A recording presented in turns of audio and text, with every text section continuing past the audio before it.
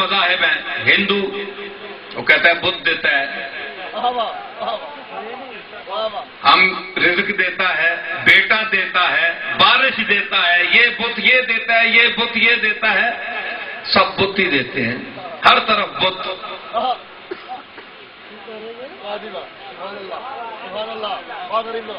China والے کہیں پھنس گئے،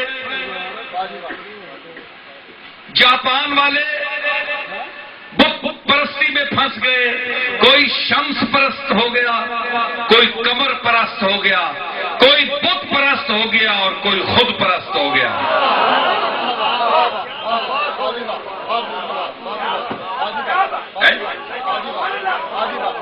آپ بھی تو بت ہیں نا، آپ کا ہر آدمی کا وجود خود بت ہے اور یہ اللہ کا بنایا ہوا بت ہے۔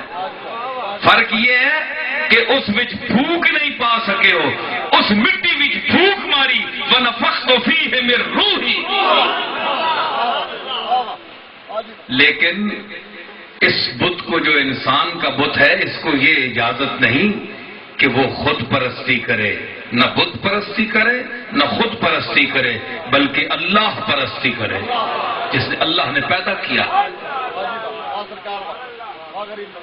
تو جتنے ادیان ہیں تمام ادیان کھو گئے، وہ کوئی کہتا ہے بت دیتا ہے، کوئی کہتا ہے سورج ہے، کوئی دیوتا ہے، کوئی دیوتائی، کوئی دیوتی ہے، پھنس گئے، الجھا دیا، حائل کیا ابر کو، ان چیزاں وہاں حائل کر چھڑیا، کئی نے بت پہ گئے، کوئی بندیاں در پہ گئے، کوئی سورج در پہ گیا، مخلوق چلی ہو گئی، تعلیم یافتہ جاہل، تعلیم یافتہ جاہل۔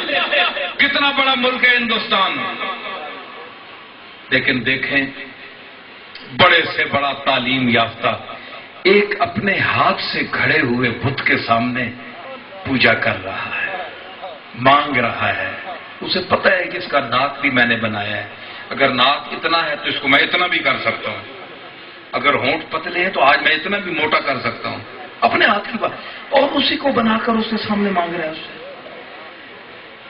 کتنی عجیب چیز ہے، شرم کی بات ہے، عقل انسانی مانتی ہی نہیں، لیکن تعلیم دیکھیں ایڈوانس کتنا ہے، بڑی طاقت ہے، لیکن شعور کی طاقت دیکھیے کہ جس دی مت ماری وجے نا، مت ماری جائے، اللہ مت نہ مارے کسی کو، تو اتنے جاپان کو دیکھیں، چین کو دیکھیں، یہ جتنے اللہ کو نہیں مانتے ان کا یہی ہے کہ وہ اور چیزوں اپنے ہاتھوں سے بنا کر ان چیزوں کے پیچھے پڑی۔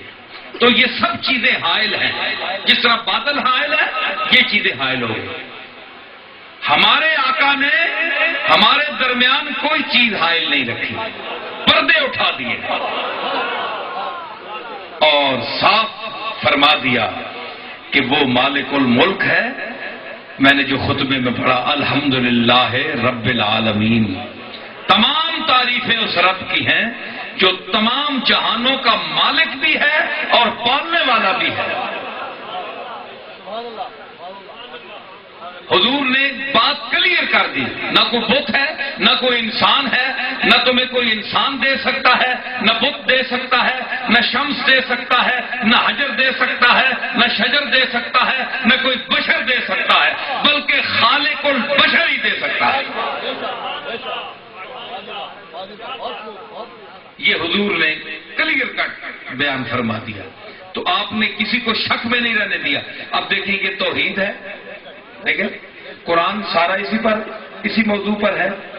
آپ بتائیں کہ میں نے جو اب بات کی ہے، میں ایک پیر ہوں، ایک پیر خاندان کا آدمی ہوں، تو کیا میں نے کوئی غلط بات کی ہے؟ آپ بولیں ہاں کیا کہ نہیں؟ میرے مرید ہو کر نہ کہیں، یہاں اور لوگ بھی بیٹھے ہیں جو میرے مرید نہیں ہیں، شاید مجھے مانتے بھی نہ ہوں، وہ بھی سن رہے ہیں، لیکن میں جس کی بارگاہ میں حاضر ہوں، جو دیکھ رہا ہے پوری کائنات کو، وہ مجھے بھی دیکھ رہا ہے اور میرے سننے والوں کو بھی دیکھ رہا ہے، میری نیت بھی دیکھ رہا ہے اور تمہاری نیت بھی۔